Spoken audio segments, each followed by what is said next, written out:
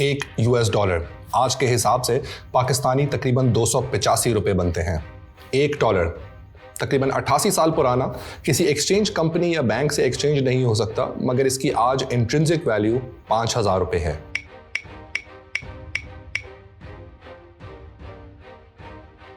हर empire या state की तरह अमेरिका में भी डॉलर गोल्ड और सिल्वर के होते थे और हर पेपर डॉलर कभी भी गोल्ड या सिल्वर में एक्सचेंज करवाया जा सकता था।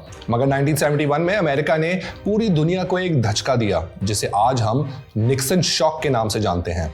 अमेरिका ने डॉलर की गोल्ड कन्वर्टेबिलिटी को खत्म कर दिया। वैसे इससे मिलता जुलता अहमकाना डिसीजन 2000 साल पहले भी एक अजीम रियासत ने लिया था और वो थी the great Roman empire. Rome as a republic वैसे तो 500 बीसी में कायम हो चुका था, मगर रोमन एम्पायर की बुनियाद ऑगस्टस ने 31 बीसी में रखी और डेनेरियस, जो कि 200 साल पहले रोम में इंट्रोड्यूस हो चुका था, उसको ही कंटिन्यू किया विद माइनर चेंजेस।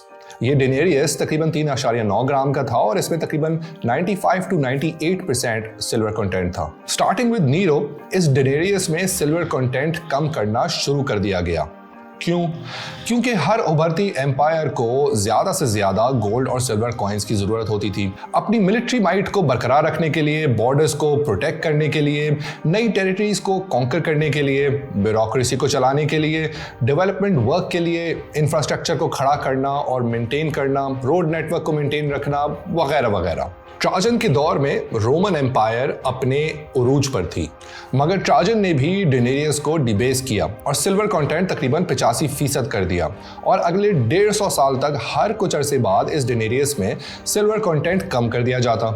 एक वक्त आया जब इस डेनेरियस में सिर्फ 3 से 5% सिल्वर कंटेंट रह गया और इसी अरसे के दौरान रोमन एम्पायर एक फाइनेंशियल सुपर पावर से फाइनेंशियल डिफॉल्ट की तरफ आ गई। मतलब उनकी आमदनी इतनी नहीं थी जितने उनके अखराजात हो गए थे। इन्फ्लेशन 1000% तक जा पहुंची। ये इन्फ्लेशन सिर्फ और सिर्फ डेनेरियस की डिबेसमेंट की वजह से हुई। Sound familiar? रोमन एम्पायर के अंदर और बाहर लोगों को समझ आना शुरू हो गया कि हुकूमत ये डेनेरियस मिंट पे मिंट किए जा रही है, मगर इसकी इंट्रिंसिक वैल्यू तो कम से कम तर होती चली जा रही है। एक वक्त ऐसा भी था जब गंदम की कीमत 150 एडी से 300 एडी तक 400 गुना बढ़ गई। एक टाइम ऐसा भी था जब रोमन एम्पायर के पास ग्लोबल ट्रेड का 20% हिस्सा था। रोमन आर्मी ने 5 मिलियन स्क्वायर किलोमीटर्स फतह कर लिया था। वैसे तो तारीखदान रोमन एम्पायर की डाउनफॉल की कई वजूहात बताते हैं, जिसमें पॉलिटिकल करप्शन, जर्मैनिक इन्वेजन्स वगैरह वगैरह शामिल हैं, मगर रोमन एम्पायर की डिक्लाइन की सबसे बड़ी वजह शायद ये डेनेरियस की डिबेसमेंट थी, because at the end of the day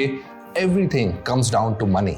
coming back to the US dollar की 1971 में गोल्ड कन्वर्टेबिलिटी खत्म कर दी गई। मंतक का इस्तेमाल किया जाए तो असूलन तो सबको डॉलर को ठुकरा देना चाहिए था, मगर अमेरिका ने 1973 में सऊदी अरब को किसी तरह कन्विंस कर लिया कि वो अपना सारा ऑयल डॉलर के एवज बेचें। 1975 तक ओपेक के सारे मेंबर्स ने अग्री कर लिया कि वो अपना ऑयल डॉलर्स के एवज ही बेचेंगे और यूं डॉलर करेंसी और ट्रेड की दुनिया का बेताज बादशाह बना रहा। और जब तक कंट्रीज ऑयल डॉलर में खरीदती रहेंगी तो अमेरिका और डॉलर की सुप्रीमेसी बरकरार रहेगी।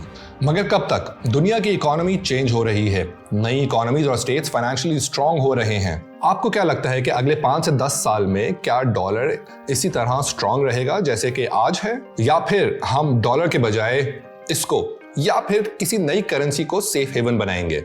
Do let me know in the comments below.